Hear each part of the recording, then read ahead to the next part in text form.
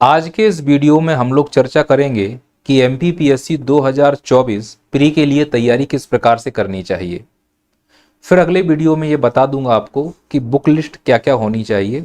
अगर आप 2024 के लिए बुक लिस्ट जानना चाहते हैं तो मुझे कमेंट कीजिए, निश्चित तौर पर उस पर भी एक वीडियो बना दूंगा। यदि आप पहली बार एमपीपीएससी की तैयारी कर रहे हैं और आप नहीं जानते हैं कि तैयारी कैसे करनी है, तो शायद ये वीडियो आपको हेल्प करे। आप घरेलू महिला हैं या जॉब के साथ एमपीपीएससी की तैयारी करना चाहते हैं तो आपकी रणनीति में मेरा वीडियो निश्चित तौर पर आपकी हेल्प करेगा। आप ऐसे समझिए कि एमपीपीएससी 2024 प्री के लिए आज से लगभग 120 दिन है। तो रणनीति को मैंने यानी इन 120 दिनों को मैंने 6 चरणों में डिवाइड कर लिया है। पहले चरण को 10 दिन के लिए टाइम लगेगा। क्या करना है इन 10 दिन में मैं बताऊंगा आपको। जब पहला चरण कंप्लीट हो जाएगा, पूरा टास्क आप कंप्लीट कर लोगे, फिर हम आएंगे दूसरे चरण की तरफ 30 दिन के लिए। इसी प्रकार से हम टास्क को कंप्लीट करते जाएंगे और धीरे धीरे हम सफलता की ओर बढ़ते जाएंगे। मेरे इस प्रोग्राम में शर्त यह है कि ना तो आप कोई त्यौहार मनाने वाले हैं, ना कोई शादी ब्याह करने वाले हैं। कुल मिला के आपका रूटीन नहीं टूटना चाहिए। अगर आप शादी ब्याह में जाते हैं, त्यौहार मनाते हैं, तो इतनी कुव्वत होनी चाहिए कि रूटीन में वापस से हासिल कर लूंगा। जो भी टारगेट है वो टारगेट पूरा करने के बाद ही मैं कोई खुशी मनाने जाऊंगा या फिर किसी प्रकार का त्यौहार मनाऊंगा। देखिए, त्यौहार जीवन भर आते जाते रहेंगे, शादी ब्याह परिवार मोहल्ले की जीवन भर आती जाती रहेंगी। अब बोलोगे सर हमारी खुद की शादी हो तो जाना ही पड़ेगा ना भाई। मेरी बात समझ रहे हो? मैं ये चाह रहा हूं कि निरंतरता बनी रहे और मेरा ये जो प्लान है वो निरंतरता पर ही निर्भर करेगा। जब प्लान पूरा होगा तो फिर आपके पास पढ़ने के लिए ऑनलाइन क्या व्यवस्था होनी चाहिए, तो उसके लिए नैया पार आपके लिए एक कोर्स लेकर आया है 499 रुपए में। आप नैया पार के एप्लीकेशन पर जाइए, प्ले स्टोर से डाउनलोड करेंगे, वहां पर एमपीपीएससी 2024 के लिए पूरी 10 यूनिट का रिकॉर्डेड लेक्चर आपको मिल जाएगा, जिसमें पीडीएफ नोट्स भी अवेलेबल हैं। पर उन पीडीएफ नोट्स को आप फोटो कॉपी नहीं कर सकते, ना ही डाउनलोड कर सकते हो। ये कोर्स बिल्कुल पूरा है, इसमें किसी प्रकार का कोई अपडेशन की जरूरत नहीं है। जब 2024 प्री होने वाला होगा तो मार्च के महीने में करंट अपडेट कर दिया जाएगा। बाकी ये पूरा कोर्स कंप्लीट है आपका। यानी अगर इस कोर्स के हिसाब से आप पढ़ते हो तो मैं विश्वास दिलाता हूं कि 70 से 72 नंबर निश्चित तौर पर इस कोर्स से कंप्लीट होंगे। ज़्यादा भी हो सकते हैं, पर मैं लंबी लंबी बातें नहीं करना चाहता। पेपर का ट्रेंड बदलता रहता है, कुछ ट्रेंड पर निर्भर करता है, कुछ जो बच्चा दे रहा है पेपर उसकी एकाग्रता पर निर्भर करता है। कुल मिला के नैया पार के एप्लीकेशन पर एमपीपीएससी 2024 के लिए प्री का रिकॉर्डेड कोर्स अवेलेबल है। रिकॉर्डेड का मतलब पहले से ही रिकॉर्ड करके डाल दिए गए हैं, लाइव टीचर नहीं आएगा। अगर आपके कोई डाउट रहते हैं तो आप कमेंट करेंगे तो वो डाउट आपके सॉल्व कर दिए जाएंगे, ये मैं आपको विश्वास दिलाता हूं। आइए हम बात करते हैं रणनीति पर। तो हमारा है पहला चरण। सर पहले चरण में हमने कितने दिन लिए हैं? आंसर है 10 दिन। सपोज करो कि आप आज से अपनी पढ़ाई स्टार्ट कर रहे हैं। अब 10 दिन आपको क्या करना है? अब्राहम लिंकन ने कहा था कि अगर कोई मुझसे कहे कि आपको एक पेड़ 6 घंटे में काटना है तो आप क्या करेंगे? उन्होंने कहा था मैं 4 घंटे कुल्हाड़ी तेज करूंगा। तो एमपीपीएससी एक पेड़ है और कुल्हाड़ी है सिलेबस, प्रीवियस ईयर क्वेश्चंस और आपके नोट्स। तो जिन बच्चों को सिलेबस की, प्रीवियस ईयर क्वेश्चन की जानकारी बहुत अच्छी होती है, 70% उनका सिलेक्शन वैसे ही हो जाता है।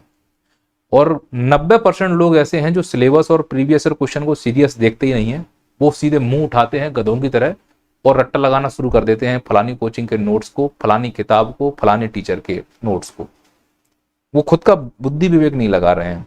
तो यदि आप सच में पहली बार में ही सिलेक्शन चाह रहे हैं तो आपको क्या करना है? आपके पास 120 दिन है। आपको सिलेबस उठाना है प्री का, नेट पर डाउनलोड कर लो, और मेंस का। अब आपके पास 10 दिन है ना स्टार्टिंग के, या 15 दिन का रखा है समय? देखो मुझे 10 दिन का समय है आपके पास। अब 10 दिन में क्या करेंगे कि फोटो कॉपी मिल जाएगी आपको, किसी भी नेट की दुकान से बोल दो एमपीपीएससी का सिलेबस निकाल दो, या मोबाइल में डाउनलोड करके फोटो कॉपी से निकलवा लो। प्री और मेंस दोनों निकाल लेना। पहले प्री के सिलेबस को अच्छे से पढ़ो, फिर मेंस के सिलेबस को अच्छे से पढ़ो। 2-3 घंटे में आप दोनों चीज़ों को पढ़ लेंगे। मोटी मोटी बातें, जब पहली बार पढ़ रहे होगे तो हो सकता है कुछ चीज़ें समझ में ना आए। जो शब्द आपको समझ में नहीं आ रहा है दोनों में से समझना, जो भी शब्द समझ में ना आए तो आप यूट्यूब पर जाओ, यूट्यूब पर नहीं तो गूगल पर जाओ, और उस शब्द का मतलब समझो कि इसका क्या मतलब होगा। तो सिलेबस में जो जो शब्द लिखे हुए हैं पहले उनको समझ लो अच्छे से। और मैं ये कह रहा हूं कि सिलेबस रटो, चाहे प्री का हो और मेंस का हो। फिर दूसरा काम ये करो कि ये देखो प्री और मेंस में कॉमन टॉपिक कितने हैं। आप उन कॉमन टॉपिक को एक कॉपी बना लो अलग से, और उस कॉमन ऐसे लिख दो कॉमन टॉपिक, और मान लो कि शुरुआत कर रहे हैं ज्योग्राफी से। अब ये देखो कि मेंस और प्री में ज्योग्राफी में कौन कौन से कॉमन टॉपिक हैं। तो सबसे पहले ज्योग्राफी, हिस्ट्री, पॉलिटी के जो सिलेबस में कॉमन टॉपिक हैं उनको निकाल लो। 10 दिन हम इसी के लिए दे रहे हैं। इस पूरे काम को करने में अगर आप दिन में 7 से 8 घंटे पढ़ते हैं, इस पूरे काम को करने में आपको 2 दिन लगेंगे, जिसमें आपको सिलेबस भी याद करना है प्री और मेंस का, कॉमन टॉपिक भी निकालने हैं, जो शब्द समझ में नहीं आता उसको यूट्यूब और गूगल पे जाके सर्च करके उसका मतलब समझना है। नेट का प्रयोग अच्छे तरीके से ऐसे किया जा सकता है। यूट्यूब पर अधिकांश टीचरों ने इंक्लूडिंग मी सिलेबस को बहुत अच्छे से समझाया है। तो तुम्हें जिस भी टीचर की बात समझ में आए तुम उस टीचर से समझो जाके। सिलेबस यूट्यूब पर भी मिलेगा और नेट पे भी मिलेगा। तो पहला काम क्या समझ में आया कि सर सिलेबस को रटना है। अगर किसी बच्चे ने सिलेबस को बहुत अच्छे से रट लिया तो इसका फायदा ये होगा कि जब वो न्यूज़पेपर पढ़ेगा तो न्यूज़पेपर पढ़ना उसको आ जाएगा। अधिकांश बच्चे न्यूज़पेपर में क्या पढ़ते हैं, फलाना फलाने के साथ भाग गया, ठिकाने ने फांसी लगा ली, फलानी जगह बलात्कार हो गया, फलाना नेता रैली करने आया। हम फालतू की चीजों को पढ़ते रहते हैं। हम वो चीज न्यूज़पेपर में नहीं पढ़ पाते जो हमारे सिलेबस और काम की है। हमें मालूम क्यों नहीं चलता ये हमारे काम की है, क्योंकि हमने सिलेबस नहीं पढ़ा। और अगर आपके दिमाग में सिलेबस घूम रहा है तो आपको मालूम होगा कि नहीं, चक्रवात हमारे सिलेबस में दिया गया है और अखबार में आया कि फलाना चक्रवात यहां आया, इस राज्य से टकराया, तो उसको तुमने अपने किताब में लिखना शुरू कर लिया, नोट्स बनाने शुरू कर लिए। तो सिलेबस का ये शक्ति होता है। अगर सिलेबस आपको याद है तो आप ये समझिए कि आपको ये मालूम चल जाएगा कि क्या पढ़ना है और क्या छोड़ना है। तो पहला काम है सिलेबस को याद करो, उनके शब्दों को समझो, कॉमन टॉपिक का चयन करो, 2 से 3 दिन का अच्छे समय लो, कुछ भी मत पढ़ना। इसके अलावा सीधे एनसीईआरटी मत पढ़ने लगना, सीधे किसी कोचिंग के नोट्स मत पढ़ने लगना। जब आप ये काम कर लेंगे, अभी भी आपके पास समय बचा है क्योंकि टोटल तो 10 दिन है ना। 10 दिन में से तुमने आधा समय निकाल दिया सिलेबस समझने में। फिर आते हैं previous year question. Previous year question में मान के चलो कि अब आपके पास 7 दिन बचे हुए हैं, क्योंकि मेरा ये मानना है कि 3 दिन में अगर ईमानदारी से काम करते हो ये काम कंप्लीट हो जाएगा, कॉमन टॉपिक भी निकल जाएंगे, सब कुछ हो जाएगा, याद भी हो जाएगा। अब प्रीवियस ईयर क्वेश्चन में देखो ध्यान से, आपको प्री के प्रीवियस ईयर क्वेश्चन सॉल्व लेने हैं। कब से कब तक लेने हैं? 1993 से लेकर 2022 तक, 2023 तक प्री अभी हो गया है ना। तो 1993 से लेकर 2023 तक एमपीपीएससी प्री के सॉल्व पेपर, महावीर, पुणेकर, कई सारे पब्लिकेशन के आते हैं। पब्लिकेशन वाले मूर्ख तुमको कैसे बनाएंगे? क्योंकि पीएससी में 2 पेपर होते हैं, फर्स्ट पेपर और सेकंड पेपर। सेकंड पेपर तो पास मार्किंग होता है, फर्स्ट पेपर ही तुमको कट ऑफ डिसाइड करता है।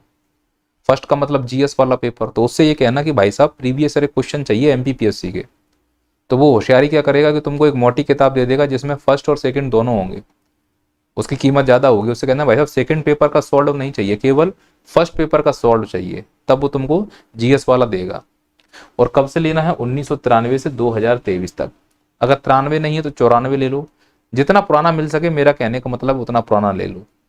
और उन सॉल्व पेपर को लगाना शुरू करो। 7 दिन है तुम्हारे पास। लगाने का मतलब क्वेश्चन और उसका उत्तर, क्वेश्चन और उसका उत्तर। आपको ये याद होना चाहिए कि पिछले 1993 से 2023 तक प्रीवियस क्वेश्चन में एमपीपीएससी ने किस साल कौन सा प्रश्न पूछा था। जिस बच्चे को ये याद है समझ लो वो परफेक्ट है एमपीपीएससी के लिए।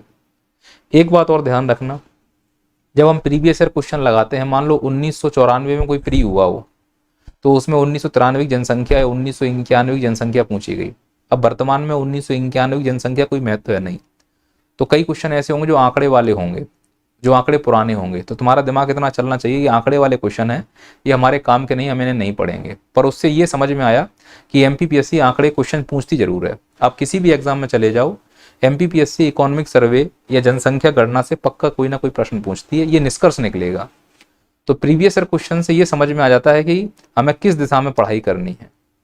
सिलेबस ये बताता है हमें कितना पढ़ना है, कैसे पढ़ना है। प्रीवियस बताता है किस दिशा में पढ़ाई करनी है, कितना पढ़ना है और कितना छोड़ना है। प्रीवियस ईयर क्वेश्चन घोड़े के आंखों पे लगी पट्टी के समान होता है, तो हमें भटकने नहीं देगा जीवन में कभी। प्रीवियस ईयर क्वेश्चन से बड़ा कोई गुरु नहीं होता। एक बार प्रीवियस ईयर क्वेश्चन की शक्ति को पहचान लो, तुम किसी भी टीचर को फोन करके ये नहीं बोलोगे सर बताओ तैयारी कैसे करें। पर हमें मालूम है इसमें से 90, मान लो 100 लोग मुझे देख रहे हैं, 100 में से केवल एक बच्चा ही ऐसा काम करेगा, 99 लोग होंगे जो कह देंगे हैं बकवास चीज है। बस वो 99 आत्मा की तरह भटकेंगे, और जो एक ने मेरी बात सुनी है वही एसडीएम बनेगा, क्योंकि यही है मेन पावर। पहली चढ़ाई तो यही है। और जब तक तुमको सिलेबस और प्री के प्रीवियस ईयर क्वेश्चन 1993 2023 तक कंठस्थ ना हो, तब तक पढ़ाई आगे करना मत, चाहे 10 से 15 दिन क्यों ना लग जाए। और कोशिश करो साथ ही साथ मेंस का अनसॉल्व्ड, और ये उठाना है तुमको 2014 से 2021 तक का। ये अनसॉल्व्ड उठाना है, सॉल्व नहीं। सिर्फ प्रश्न याद करने हैं। तुमको ये मालूम होना चाहिए कि मेंस में कैसे प्रश्न आ रहे हैं, क्योंकि जब तुम कॉमन टॉपिक बनाओगे प्री और मेंस के, तो तुमको दोनों का नॉलेज होना चाहिए कि प्री में ऐसे प्रश्न आते हैं और मेंस में ऐसे प्रश्न आते हैं। आशा करता हूं पहला चरण आपको समझ में आ गया होगा। बेटा अगर एसडीएम बनना है तो सब मेरी बातें छोड़कर इस बात पर विशेष फोकस करना कि सिलेबस और प्रीवियस ईयर क्वेश्चन में जिसकी कमांड अच्छी है वो पहले अटेम्प्ट में एसडीएम बनेगा, और जो पहला चरण अगर छोड़ देगा उसको लगेगा कि मजा नहीं आ रहा है, शायद उसको एसडीएम बनने में समय लग जाए, पर बनोगे तो, ये तो मेरा विश्वास है, आशीर्वाद है, या मैं कहूँ सरस्वती माता मेरे मुंह में बैठी हूँ, भगवान सब बन जाए अधिकारी, मैं तो ये चाह रहा हूँ। चलो 10 दिन पूरे हो गए, अब आते हैं अगले टारगेट की तरफ, जो कितने दिन का होगा? 30 दिन का होगा। कितने दिन का है अगला टारगेट? 30 दिन का। तो दूसरा चरण है 30 दिन, इसको मैं बोलता हूं मेंस का चरण। ये पूरी तरह से मेंस के लिए डेडिकेटेड है। अब आप बोलोगे सर आप प्री की स्ट्रेटेजी बता रहे थे मेंस में घुस गए। अरे बेटा 120 दिन है, और मेरे हिसाब से प्री के लिए 40 दिन पर्याप्त है, तो बाकी 80 दिन क्या करोगे? क्या अभी से प्री पढ़ पढ़ के पागल हो जाओगे? मान लो कि प्री पास हो गया अप्रैल में आपका, फिर अगले बार तुमको मेंस करना पड़ेगा, और मेंस के लिए तुम तैयार ही नहीं हो, क्योंकि तुमने 120 दिन में रट्टा लगाने में लगा दिया। तो जब मेंस ही पास नहीं होगा तो फिर अगले प्री में इंतजार करोगे। इसलिए रणनीति ऐसी बनाओ कि प्री भी निकले, मेंस भी निकले, इंटरव्यू भी निकले और पोस्ट भी मिले। केवल प्री निकालना रणनीति अगर बनाकर पढ़ोगे तो जीवन में केवल प्री ही निकालते रहोगे। और प्री का क्या गिनीज बुक रिकॉर्ड तो बनाओगे नहीं कि हमने 8 प्री निकाला है, 15 प्री निकाला है। क्या फर्क पड़ेगा इससे? फर्क इससे पड़ेगा कि आप सिलेक्ट हुए या नहीं। इसीलिए मेरी स्ट्रेटेजी बहुत स्पष्ट है कि जब आप सिलेबस समझ लेंगे फिर आपको नोट्स बनाने शुरू करने हैं। नोट्स किसके बनाओगे? नोट्स उसके बनाओगे जो प्री में नहीं है, यानी ऐसे टॉपिक जो प्री में है ही नहीं। जैसे इथिक्स। इथिक्स का मतलब है पेपर 4। आपके पास 30 दिन है, आपके पास 30 दिन है। पेपर 4 के नोट्स आपको बनाने हैं। इसके साथ पेपर 5 और पेपर 6। अब आप बोलोगे सर हम तो पहली बार पीएससी की तैयारी कर रहे हैं, हमें तो कुछ आता ही नहीं है, आप नोट्स बनाने की बात कर रहे हो। यही तो कला है। इसलिए बोल रहा हूं कि पहले सिलेबस को पढ़ लो, और ये मत सोचो हमें कुछ आता है कि नहीं, क्योंकि जब आप सिलेबस पढ़ोगे और प्रीवियस ईयर क्वेश्चन पढ़ोगे तो तुमको ये तो मालूम चल जाएगा कि किस प्रकार के हमसे प्रश्न पूछे जा रहे हैं। अब सर इनके नोट्स कैसे बनाए जाएं? बड़ा आसान है। क्या करना है? 2 कोचिंग के नोट्स ले लो, किन्हीं 2 कोचिंग के नोट्स ले लो। मान लो कि मेरे पास एक एक्स कोचिंग के नोट्स हैं और एक वाई कोचिंग के नोट्स हैं। अब इन दोनों कोचिंग में जो नोट्स होंगे वो मान लो मेरे पास किसके नोट्स हैं? एथिक्स के। मैं अगले वीडियो में बता दूंगा कि किस कोचिंग के नोट्स ले लो आप, मैं बुक लिस्ट बता दूंगा। सपोज करना कि एक्स और वाई कोचिंग के नोट्स हैं और दोनों ही किताबें किसकी हैं? एथिक्स की, यानी पेपर 4 की। और कोई तुम टॉपिक उठा रहे हो, मान लो कि नैतिकता टॉपिक उठा ली तुमने। अब नैतिकता वाला इसमें भी दिया गया होगा और इसमें भी दिया गया होगा, और नैतिकता तुम्हारे सिलेबस में भी है। तो तुम ये देखो कि इसमें नैतिकता और इसमें नैतिकता में क्या अंतर है, वो इन दोनों को पढ़कर देखो। जो कॉमन बात होगी वो अपने नोट्स में लिखो। यानी कि तुम जो भी किताब और नोट्स पढ़ रहे हो उसके खुद के लिखे हुए नोट्स बनाना शुरू करो। 30 दिन में इन 3 पेपरों के नोट्स बना लो, कोशिश ये करो 30 दिन में इन 3 पेपरों के नोट्स बना लो, जितनी कोशिश कर सकते हो ये करो। प्लस एक काम और करना है, एक क्वेश्चन प्रतिदिन आंसर राइटिंग करनी है। अब आप बोलोगे सर चेक कौन करेगा? कोई चेक नहीं करेगा, बस तुम लिखो एक क्वेश्चन। कहां से लिखोगे? जो प्रीवियस ईयर क्वेश्चन है ना, सॉल्व अनसॉल्व मेंस का, वो पूरा लगाना है। प्रत्येक दिन एक क्वेश्चन, चाहे 3 मार्कर्स लिखो, चाहे 5 लिखो, चाहे 11 लिखो। हैबिट में डालना है कि प्रत्येक दिन जब तक मेरा सिलेक्शन नहीं हो रहा है, मुझे एक क्वेश्चन लिखना ही लिखना है। सही या गलत का फैसला राम जाने, बस मुझे लिखना है। नेट पे चेक कर लेंगे हम लोग देखकर। एक और काम साथ ही साथ चलेगा इस 30 चरण में, 1 घंटा आपको प्रतिदिन ल्यूसेंट पढ़ना है। प्रतिदिन ल्यूसेंट पढ़ना है, यानी ये ल्यूसेंट का गैप नहीं होना चाहिए। जो ल्यूसेंट की जीके आती है ना नीले रंग की, वो करना है। तो हमें क्या समझ में आया दूसरे चरण में, कि नोट्स बनाने हैं पूरी तरह से प्री के नहीं, सिर्फ और सिर्फ मेंस के, और उसमें भी पेपर 4, 5 और 6। कैसे बनाना है? 2 कोचिंगों के नोट्स ले लो अच्छे वाले के, दोनों का कॉमन टॉपिक, और खुद को नकल कर करके अंडरलाइन कर करके खुद के नोट बनाओ। प्रत्येक दिन एक आंसर राइटिंग करनी है। कौन से वाले? अनसॉल्व्ड वाले प्रीवियस ईयर क्वेश्चन। और 1 घंटा पर डे गैप नहीं होना चाहिए, ल्यूसेंट पढ़ना है। पढ़ने का मतलब पढ़ते जाओ बस, कोई फर्क नहीं पड़ेगा। अब आते हैं तीसरे चरण पर। अब देखो ध्यान से, यहाँ पे ये है 30 दिन का, फिर 25 दिन, फिर 15 दिन, फिर 25 दिन, फिर 15 दिन। तो ये 25 दिन का अब तीसरा चरण है। अब तीसरा चरण जो 25 दिन का आ रहा है, इसमें फिर हमें नोट्स बनाने हैं। अब इसमें किसके नोट्स बनाएंगे समझना, इसमें नोट्स बनेंगे कॉमन टॉपिक के। देखो ध्यान से, यहां पे नोट्स किसके बने थे? एथिक्स के, पेपर के, और अभी नोट्स बनाने पे काम चल रहा है। अब यहां पे हम कॉमन टॉपिक के नोट्स बनाएंगे, जो प्री में भी हैं और मेंस में भी हैं। जैसे कैसे बनाना है? 2 कोचिंग के नोट्स मंगा लेना है, और ज्योग्राफी, हिस्ट्री, पॉलिटी प्री में भी आता है, मेंस में भी आता है, पर एथिक्स प्री में नहीं आता। तो उनके कॉमन टॉपिक हमने बनाना शुरू किए, और कॉमन टॉपिक बनाने के साथ साथ प्रत्येक दिन एक आंसर राइटिंग करनी है। और अब चूंकि कॉमन टॉपिक बन चुका है, प्री का कंटेंट आने लगा है, OMR सीट पर हमको आंसर मतलब टेस्ट लगाना है, गोला भरने वाला टेस्ट लगाना शुरू करना है। मार्केट में OMR सीट मिल जाएगी, और ल्यूसेंट की जो MCQ वाली किताब आती है उसको ले लो, बस उसी को देखकर इसमें गोला भरना शुरू करो। पेपर बने या ना बने, इस प्रैक्टिस को लगाना शुरू करो। यानी कुल मिला के MCQ की प्रैक्टिस करना शुरू हो गया। तो MCQ भी लगाएंगे, आंसर राइटिंग भी करेंगे, और नोट्स भी बना रहे हैं। तो सर याद कब करेंगे? याद करने का काम चल रहा है ल्यूसेंट। 1 घंटे पर डे ल्यूसेंट चलेगी, ये बंद नहीं हो रही है। तो पिछले 30 दिन तुमने ल्यूसेंट पढ़ी, ये 25 दिन तुम ल्यूसेंट पढ़ोगे। प्लस नोट्स बनाना है, बिना नोट्स के सिलेक्शन नहीं होगा। अभी प्री दूर है, अभी तुमने टोटल कितने दिन खर्च किए हैं? अभी तुमने टोटल देखा जाएगा तो तुमने खर्च किए हैं अभी 65 दिन। अभी भी तुम्हारे पास लगभग 55 दिन है, और मैं बोल रहा हूं प्री के लिए 30 से 35 दिन पर्याप्त हैं। लोग गलती ये करते हैं कि 4 महीने प्री पढ़ते रहते हैं। प्री तो हो जाता है, फिर मेंस में वो लोर जाते हैं, क्योंकि मेंस तैयार ही नहीं है। मेंस का मतलब नोट्स तैयार नहीं है, तो नोट्स पर फोकस करो। फिर आता है चौथा चरण। चौथा चरण कितने दिन का होगा? तो वो है 15 दिन का। 15 दिन में क्या करना है? रिवीजन करना है।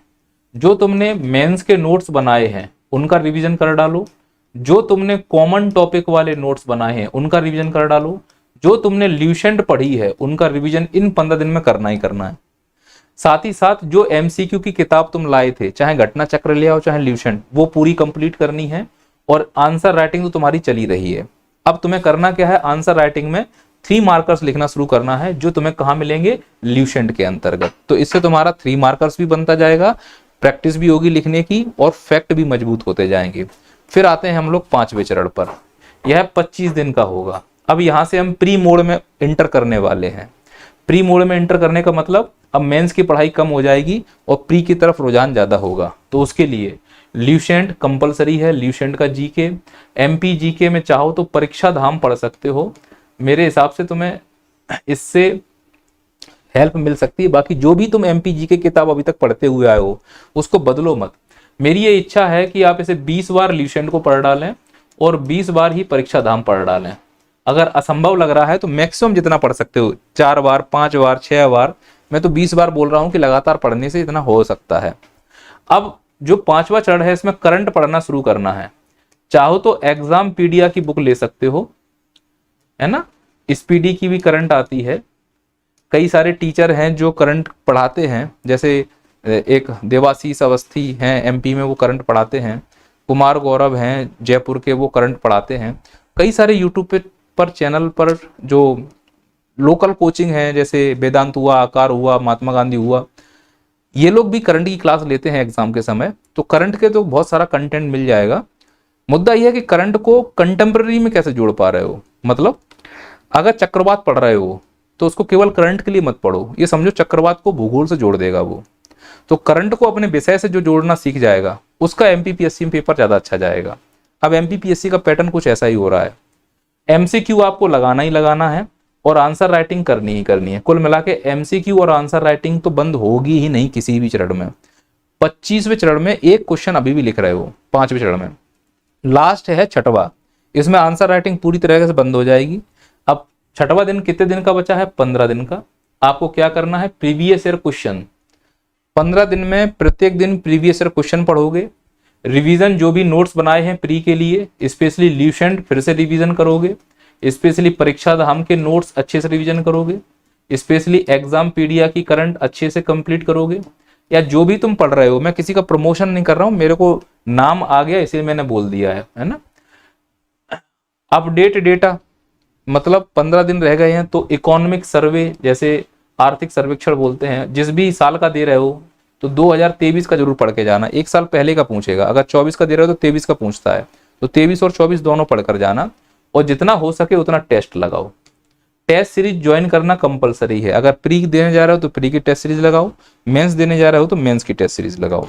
यही चरण है, सीधी सी बात है। मैं फिर से बोल रहा हूं, सिलेबस, प्रीवियस ईयर क्वेश्चन, खुद के लिखे हुए नोट्स, सिनॉप्सिस में भी और डिटेल में भी, और रिवीजन और टेस्ट सीरीज। रिपीट करूं फिर से, सिलेबस, प्रीवियस ईयर क्वेश्चन, खुद के लिखे हुए नोट्स डिटेल में और सिनॉप्सिस दोनों टाइप से। सिनॉप्सिस इसलिए इसे रिवीजन हो पाए अच्छे से, और रिवीजन, और फिर लास्ट में तुम्हारा टेस्ट सीरीज। जितने टेस्ट दोगे उतना कॉन्फिडेंस आएगा। और कोई सलाह हो तो पूछना। जय हिंद, जय भारत।